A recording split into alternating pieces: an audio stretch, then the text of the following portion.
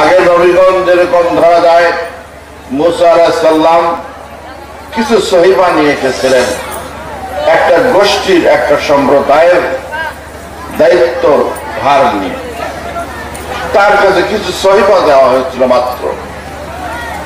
কিন্তু আমরা এত সৌভাগ্যবান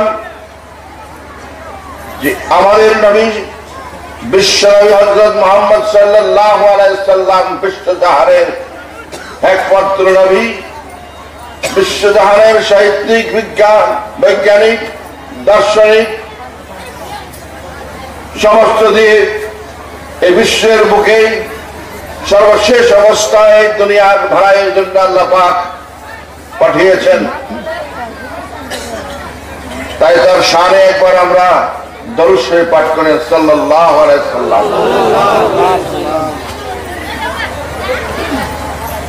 তো এই দুনিয়ার বুকে অনেক রকমের অনেক নিয়ম কানুন পদ্ধতি, বিভিন্ন দেশ আছে, প্রতিটা দেশে সংবিধান আছে, গোটা পৃথিবীটাই চলছে এভাবেই। প্রতিটা দেশে একটা করে সংবিধান থাকে, আর সেটাকে অনেক সময় পরিবর্তন করতে লাগে। কিন্তু আল্লাহ পাক আমাদেরকে যে কিতাব দিয়েছেন আল কোরআন, সে কোরআনের কোন একটা জবর জেরকে পরিবর্তন করার কোন প্রয়োজন নাই।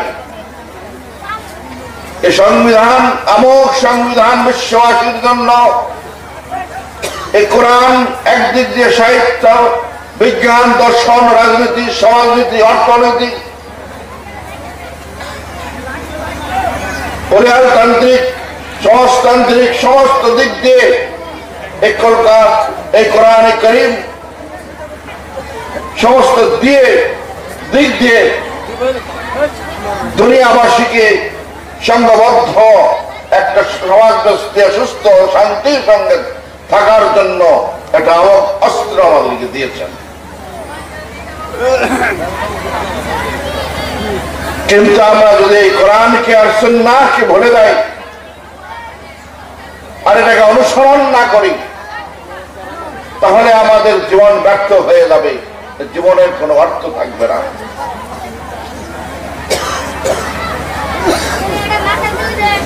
অনেক ফিতনা ফাসাদের কাঁটার আছে, আহলে সুন্নাত ওয়াল জামাতের আকীদার উপরে যারা বিশ্বাসী, কোরআন এবং সুন্নাহর উপরে তাদের জিন্দেগি ও বসর করবে, তাদের কে আল্লাহ পাক গ্রহণ করবেন।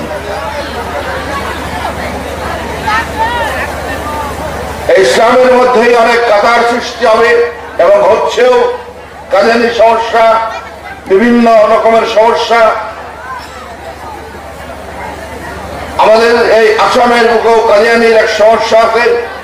গোপনে গোপনে তারা এই কাদিয়ানি অনেক লোককে গোপনে তারা কাদিয়ানি পন্থী বানাইতেছে,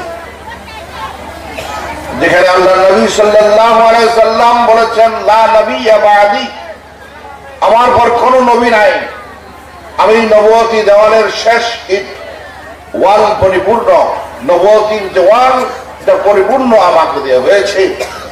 তাই আমার পর আর কোন যে নবী দাবি করবে সে কাফের। গোলাম আহমদ কাদিয়ানি পাকিস্তানে তার জন্ম, নারায়ণ নিজেকে নবী দাবি করেছিল এবং আমেরিকার টাকা পয়সা নিয়ে এসে ভারতবর্ষের এবং বিভিন্ন দেশে ছড়িয়ে পড়ে ইসলামকে ধ্বংস করার জন্য ইহুদি নাসারার সঙ্গে সম্পৃক্ত হয়ে আমাদের ঈমানকে ধ্বংস করার জন্য প্রচেষ্টা চালিয়ে যাচ্ছে। আমরা এই বিষয়ে সতর্ক থাকতে লাগবে। আল্লাহ নবী সাল্লাল্লাহু আলাইহি ওয়াসাল্লাম বলেছেন যে তোমরা কোরআনকে পড়ো এবং তার সর্বানুভূতিকে হৃদয়ঙ্গম করো, এটা তোমাদের জীবনের জন্য ঢাল বিশেষ। এই কোরআন আমাদেরকে সমস্যার থেকে আমাদেরকে বাঁচাবে। আজকের বিশ্ব ব্রহ্মাণ্ডের মুখে যারা ইন্টেলেকচুয়াল পার্সনরা আছেন তারা বুঝতে পেরেছেন যে এই কোরআন আমাদেরকে একটা সময় গ্রাস করে দেবে। গোটা পৃথিবীর মানুষ কোরআনকে বুঝতে পারবে, সে আমাদের চলবে। কারণ সত্যের কোনো বিকল্প নাই। সত্য সত্যই, সেটা একদিন প্রকাশ হয়ে যাবে। আজকে আল কোরআন পৃথিবীর কোন বৈজ্ঞানিক কোন মানুষ সমস্ত একত্রিত হয়ে কোরআনের একটা আয়াত নাযিল করতে পারবে না। আল্লাহ পাক বলেছেন কিয়ামত পর্যন্ত আমি একে সংরক্ষণ করব। কিয়ামত পর্যন্ত আল কোরআনকে আল্লাহ পাক নিজে সংরক্ষণ করবেন, এর কোন জেল জবর কোন পরিবর্তন হবে না। আমরা সেই কোরআনকে না পড়ি, তার সর্বান অর্থকে হৃদয়ঙ্গম না করি, তাহলে আমাদের জীবন বিফল। আমরা তো অনেকে মনে করি যে আমাদেরকে যে নামাজ পড়তে বলা হয়, আলেমগণ কেন বারবার বলে, আমরা তো মনে করি এটা শুধু বোধ হয় আখিরাতের কোন কাজের জন্য, দুনিয়ার কাজের জন্য। আল্লাহ পাক আমাদের মানব দেহকে সৃষ্টি করেছেন, বিভিন্ন পার্টস দিয়ে আমাদের শরীরে গঠন করেছেন, মস্তিষ্ক বানিয়েছেন, ধমনী বানিয়েছেন, রক্ত সঞ্চালন করেছেন। এর পেছনেও এই নামাজের সঙ্গে সম্পর্ক আছে, যার জন্য দুনিয়ার বুকেও দুনিয়ার কাজ করতে গেলেও দুনিয়ার ভাড়াইয়ের জন্য নামাজের দরকার আছে। যে ব্যক্তি ফজরের নামাজ ত্যাগ করবে তার চোখের জ্যোতি তাড়াতাড়ি কমে যাবে। যে ব্যক্তি জোহরের নামাজ ত্যাগ করবে তার রিজিকের প্রশস্ততা কমে যাবে। যে ব্যক্তি আসরের নামাজ ত্যাগ করবে তার স্বাস্থ্য তাড়াতাড়ি ভেঙে যাবে। যে ব্যক্তি মাগরিবের নামাজ ত্যাগ করবে তার সন্তান সন্ততি যদি ডাক্তার ইঞ্জিনিয়ার হয় মা বাবার কথা শুনবে না। যে ব্যক্তি এশার নামাজ ত্যাগ করবে তার সুখ নিদ্রা হবে না, ট্যাবলেট খেয়ে ঘুমাইতে লাগবে, সুখের নিদ্রা থাকবে না। এই কয়টা আমাদের দুনিয়াতে দরকার আছে কি নাই? এই পাঁচটা বস্তু আমাদের দুনিয়াতে দরকার আছে না নাই? আমাদের চোখের দরকার আছে, রিজিকের দরকার আছে, সুস্বাস্থ্যের দরকার আছে, রাত্রে নিদ্রা দেওয়ার দরকার আছে, সন্তান সন্ততির কথা শোনার দরকার আছে।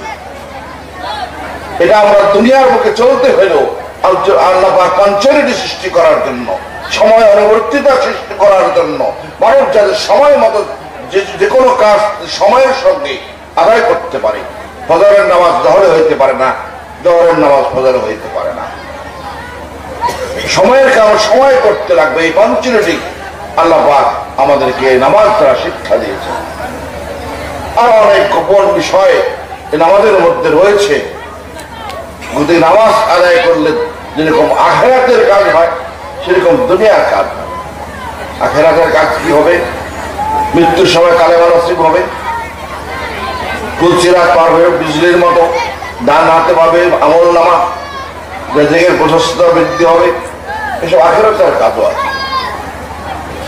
এদিকে নামাজ কাটতে আমরা সকাল থেকে সন্ধ্যা পর্যন্ত 5 ওয়াক্ত নামাজ, সকালবেলা যখন ইমাম মুয়াজ্জিন আযান দেন আসসালাতু খায়রুম মিনান নাওম, ঘুম হইতে নামাজ শ্রেষ্ঠ, আমাদের উঠতে লাগবে। অনেক ফকির ভাইগণ বয়াত করিয়া থাকেন, বিভিন্ন 4টা তরিকা আছে, সেই তরিকাতে বয়াত করিয়া থাকেন, কিন্তু নামাজের সঙ্গে সম্পর্ক নাই, ইবাদত বন্দেগীর সঙ্গে কোনো সম্পর্ক নাই। আমি আসামের বিভিন্ন জায়গায় আমাকে যেতে হয়, অনেক জায়গায় ওয়াজ করার জন্য যেতে হয়। সেটা আমি লক্ষ্য করেছি, আপনারা দলের তো বয়াত করেছেন, কিন্তু নামাজের সংখ্যা কম, ইবাদতের সংখ্যা কম। আমি 4টা তরিকার লোককেই বলছি, তা আপনাদের যা ডিউটি তরিকা নেওয়ার পরে যে সিলসিলা আপনাদেরকে দেওয়া হয়, সেই সিলসিলায় পূর্ণভাবে শরীয়তের আহকাম রক্ষা করে, আকীদা রক্ষা করে যে নিয়ম দেওয়া হয়েছে, সেই নিয়মগুলো যদি আপনি পালন না করেন তাহলে বায়াত করার কোনো অর্থ না থাকে না। আল্লাহ পাক বলেন ইয়া আইয়ুহাল্লাযীনা আমানুত্তাকুল্লাহা ওয়াবতাগু ইলাইহিল ওয়াসীলাতা ওয়া জাহিদু ফি সাবিলিহি লাআল্লাকুম তুফলিহুন। তোমরা আমাকে পেতে হলে আমার কোন কামেল পীর হক্কানি আলেম তাদের সাথে ওঠা বসা করো, যে ওই সম্বন্ধে জ্ঞান রাখে, কোরআন সহ হাদিস সম্বন্ধে জ্ঞান রাখে, আল্লাহকে পাওয়ার রাস্তার জ্ঞান রাখে, তাদের সঙ্গে ওঠা বসা করো। তোমরা আমার সাদেকিন বান্দার সঙ্গে ওঠা বসা করো। কোন ব্যক্তি যদি চোরের সঙ্গে উঠা বসা করে তো পুলিশে চোরের সঙ্গে ভালো মানুষটাকে নিয়ে যাবে। ওরকম শয়তান সবসময় আমাদের ঈমান ধ্বংস করার কাজে লিপ্ত থাকে। আমরা যদি ভালো লোকের সঙ্গে থাকি, বুজুর্গ আলেমের সঙ্গে থাকি, পীর ওলিদের সঙ্গে থাকি, তো আমাদের ঈমান রক্ষা পাবে। অনেক ভাইরা, ফকির ভাইরা রমজান মাসে রোজা রাখেন না, ধরেন আমাদের জন্য 3টা রোজা, প্রথমটা, মাঝেরটা আর শেষেরটা। 3টা রাখলে সব কটা আটকে গেল। এই ধরনের ফকির অনেক ধরনের বাজে কথা তারা বলেন। আল্লাহর নিজ নাম কি? অনেক সময় প্রশ্ন করেন। আসল কথাগুলো, যেসব কাজগুলো আপনাদেরকে দেওয়া হয় সেই কাজগুলো না করে 14 সেজদা কোথায়, মানব দেহের মধ্যে 14 সেজদা কোথায়, এসব প্রশ্ন করে। 14 সেজদা কোরআনে কারীমের মধ্যে, যখন আয়াত আসবে ওই আয়াত তখন সেজদা দিতে লাগে। যারা কোরআন পড়েন সেজদার আয়াত আসে তখন সেজদা দিতে লাগে। মানব দেহের মধ্যে আবার কোথায় 14টা সেজদা দেখা যাবে, ওই ব্যক্তি আবার নামাজও পড়ে না, রোজাও রাখে। অথচ প্রশ্ন এই ধরনের। আব্দুল কাদের জিলানী রাহমাতুল্লাহ বলেছেন, যেরকম প্রশ্ন করবা তোমার মতিগতি তো ওই রকমই হবে, ওই অবস্থায় দাঁড়াবে। যা কোরআনে আল্লাহ পাক বলেছেন, যা হাদিসে আল্লাহ পাক বলেছেন, তোমরা তাহাই করো। তার বাইরে চলতে যাবা তো ঈমান ধ্বংস হয়ে যাবে। আর বেশি ভিতরে ঢোকার চেষ্টা করো তো বাইরে যেতে পারবে। আফগানিস্তানে যখন রাশিয়া ঢুকলো, বুজুর্গরা বলছে রাশিয়া তো 10 বছর যুদ্ধ করার পর হয়রান হয়ে আফগানিস্তান থেকে চলে যায়, কারণ সেখানে অনেক বুজুর্গরা যুদ্ধ করছে। আর যখন আফগানিস্তান থেকে রাশিয়া 10 টুকরা হয়ে চলে গেল, তখন আসলো আমেরিকা। আর আমেরিকাকে রাশিয়া বলে যে ওইখানে ঢুইকণা বাড়াইতে পারবা না। এখন কি হয়েছে, মাত্র 5% মধ্যে আমেরিকার সৈন্য ছিল, এখন তালিবানের সঙ্গে আপোষ করেছে, পারে না তাদের সঙ্গে। বিশ্বের বড় বড় শক্তি তাদের সঙ্গে পারে না। কি কারণ? কি তারা কারণ তার যুদ্ধের সময় অস্ত্র রেখে নামাজ আদায় করে। সাহাবাহাম উটের পিঠ থেকে নেমে নামাজ আদায় করেছেন যুদ্ধক্ষেত্রে। আর আমাদেরকে নামাজ পড়তে গেলে কেউ কি মারপিট করে? সেই সব মারপিট করতো, গোপনে নামাজ পড়তো, গোপনে কোরআন পড়তো। আর আমাদের এত স্বাধীনতা দিয়েছে, কেউ কোরআন পড়লে কি আমাদেরকে মারধর করবে? নামাজ পড়লে কি কেউ মারধর করবে? আল্লাহ পাকের কোরআন সত্য, তার কথা সত্য, আল্লাহর কথা, সে আল্লাহর কথা আমরা মানতেছি না।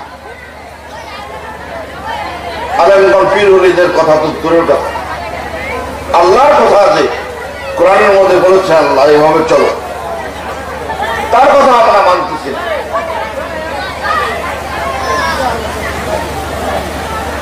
আল্লাহ পাক জান্নাত বানিয়ে রেখেছেন, দোজখ বানিয়ে রেখেছেন, শাস্তি তো অবদায়। আলহাকুমুত তাকাসুর আলহাকুমুত তাকাসুর হাত্তা যুরতুমুল মাকাবির। তোমরা যে প্রাচুর্য, আমাদের কি হয়েছে, আমাদের প্রাচুর্য নিয়ে আমরা প্রতিযোগিতা করিতেছি। কে কয়টা বিল্ডিং বানাইতে পারে, কে কয় জায়গায় মাটি কিনে নিতে পারে, সেই সব আমাদের কাজ। এটা কি মুসলমানের কাজ? মুসলমানের কাজ হলো এক মুসলমান আরেক মুসলমানের ভাই। সে পাকিস্তানে জন্ম হোক, সে যদি আরবে জন্ম হয়, কেউ ভারতে জন্ম হয়, এক মুসলমান আরেক মুসলমানের ভাই। তার শ্রেষ্ঠত্ব নির্ভর করবে তার ঈমানের উপরে। কেউ যদি আরবে জন্ম হয়েছে, তার শ্রেষ্ঠত্ব সেই জন্য নয়। শ্রেষ্ঠত্ব আল্লাহ পাক নির্ভর করবে কাদ আফলাহা মান যাক্কাহা ওয়া কাদ খাবা মান দাসসাহা, যে তার কলবকে পরিষ্কার করলো সে নাজাত পেয়ে যায়। সে চাহে ভারতবর্ষে জন্ম হোক, সে চাহে পাকিস্তানে জন্ম হোক, সে চাহে আরব দেশে জন্ম হোক, যার ইমান আছে ইমান নিয়ে মৌত হবে, যে মুত্তাকি পরহেজগার তাকে আল্লাহ পাক গ্রহণ করবে। সেদিন না ধন সম্পদ কাজে আসবে, সেদিন না চেহারা কাজে আসবে, সেদিন না সন্তান সন্ততি কাজে আসবে, কোনো কিছু কাজে আসবে না।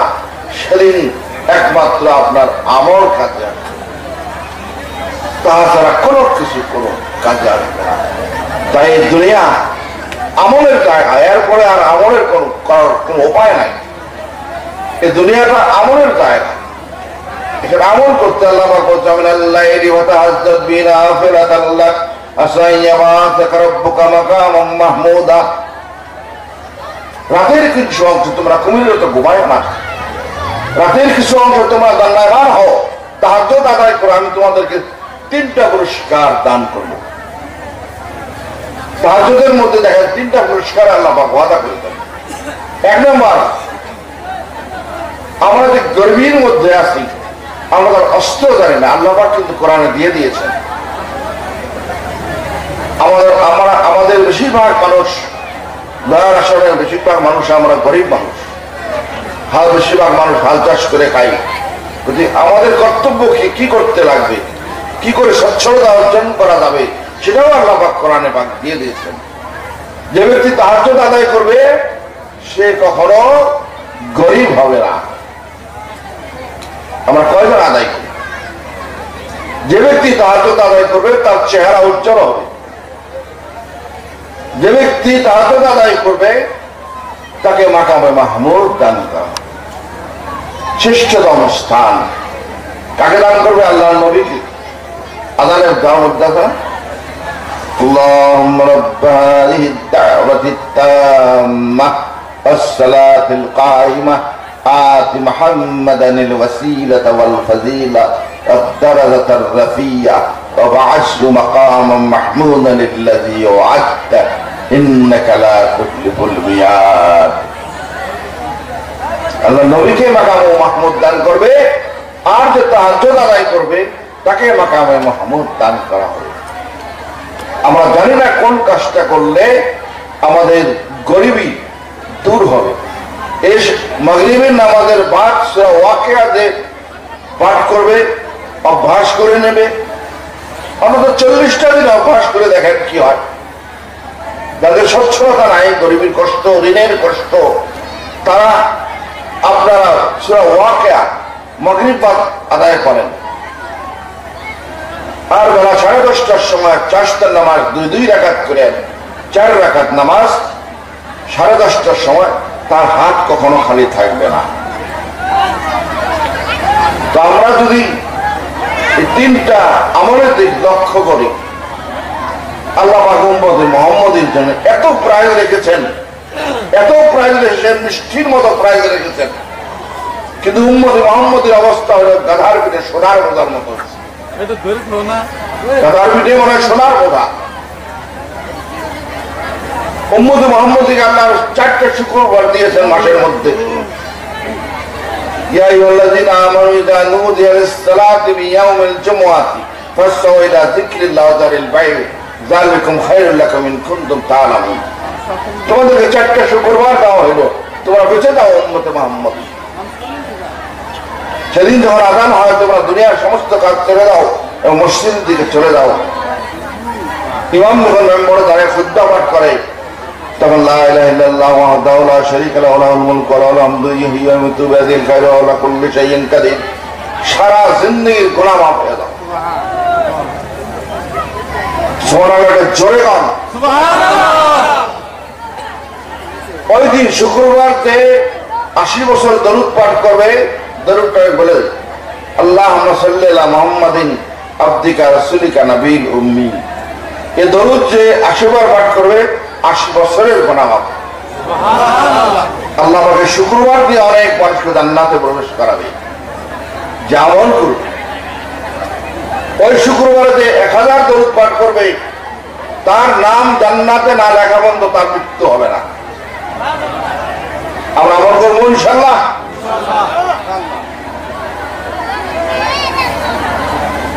রাতভর কথা শুনি, অনেক বুজুর্গানদিন ওয়াইজগণ বিভিন্ন জায়গাতে এসছেন, অনেক কথা বলেছেন, অনেক আমলের কথা বলেছেন। যদি আমরা আমল না করি, শুধু বয়াত করি আর সে অঞ্চলের মধ্যে নানা রকমের উল্টাপাল্টা কাজ করি, আলেমগণ তো ধরিয়া বসবেন। কারণ তারা তো জানে যে কোরআনে কি আছে, হাদিসে কি আছে, তারা ধরে বলবে। এটা খারাপ পাওয়ার বিষয় না। গতিকে আমরা কোরআনে কারিমে যা আল্লাহ পাক বলেছেন তাই আমরা আমল করবো। যা হাদিসে আল্লাহ রাসূল সাল্লাল্লাহু আলাইহি ওয়াসাল্লাম জিন্দেগি দাওয়ানি বলেছেন, এই দুই কাজ করেছেন আমরা জান্নাতে হতে পারবো।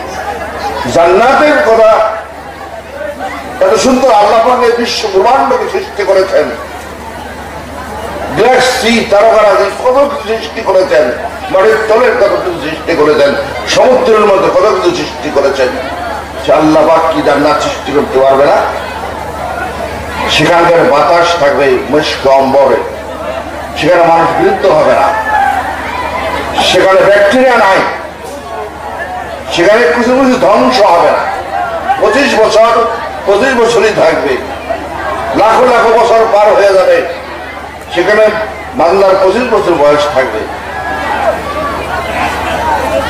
উপনগর হিসেবে হুরগণ, ডাগর বিশিষ্ট রমণীগণ তাকলা দিয়ে বসিয়ে থাকবে পালকের উপরে, সেসব তাদেরকে উপনগর হিসেবে দেওয়া হবে। অনেক ভাইয়ারা বলেন যে আল্লাহ পাক এটা লোক দেখাইছে, আর আমি যদি সারা দিন ভর কাজ করি তো আমাকে তো সন্ধ্যা মজুরি দিবে,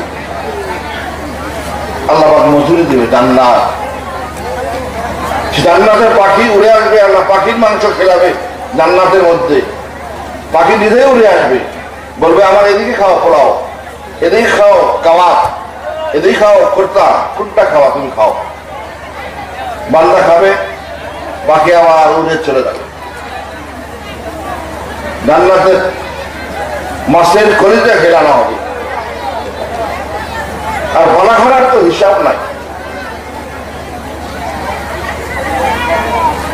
দুনিয়ার বুকে আমরা যখন তসবিহ পাঠ করি, সাল্লাল্লাহু আলাইহি ওয়াসাল্লাম দরুদ, সুবহানাল্লাহ সুবহানাল্লাহ সুবহানাল্লাহ, যত বেশি বেশি করে আমল করবে, যত তসবিহ আদায় করবে, ওই হুরগণের সৌন্দর্য আরো তত বৃদ্ধি হতে থাকবে, বৃদ্ধি হতে থাকবে। জুনাইদ বক্তাই রহমাতুল্লাহ ইন্তেকালের পর ওনার জনৈক বন্ধু ওনার স্বপ্নে দেখে বললেন, হুজুর কিরকম আছে? আমার তো কোনো আমল আল্লাহ গ্রহণ করে নাই, কিন্তু শেষ রাতে আমি উঠে তসবিহ পাঠ করছিলাম, আল্লাহ পাক এটা দেখে আমাকে মাফ করে দিয়েছে। যারা ভালো কাজ, যারা খারাপ কাজ, আল্লাহ পাক সব জানেন। কালো রাত্রি, কালো পাথরের উপরে কালো পিঁপড়ার গমনও সে বুঝতে পারেন। এই পৃথিবীতে 600-700 কোটি মানুষ একসঙ্গে কি চিন্তা করে, তার ব্রেনে কি খেলতেছে, সমস্ত কিছু আল্লাহ পাক জানেন। তো তার পক্ষে ফাঁকি মারার তো কোনো উপায় নাই। গতিকে সময় থাকতে যুবক বন্ধুগণ, যুবকের ইবাদত হলো পাথরের খোদাইয়ের মতো, যেটা মিশবে না। আর বৃদ্ধের ইবাদত হলো জলের রেখা টানার মতো, জলের মধ্যে রেখা টানা থাকে না, কারণ ওই বৃদ্ধ বয়সে অনেক কিছু মনে থাকে না, শরীর দুর্বল হয়ে যায়, অনেক কিছু ভুল হয়ে যায়। তাই বলছে বৃদ্ধের ইবাদত জলের রেখা টানার মতো। রাত্রির শেষ অংশ হয়ে গেছে, সময় শেষ হয়ে গেছে, তাই আমি সংক্ষেপে অল্প কথা বললাম। এর মধ্যে কোনো ভুল ভ্রান্তি হলে আপনারা ক্ষমা করবেন। ওয়াখির দাওয়া।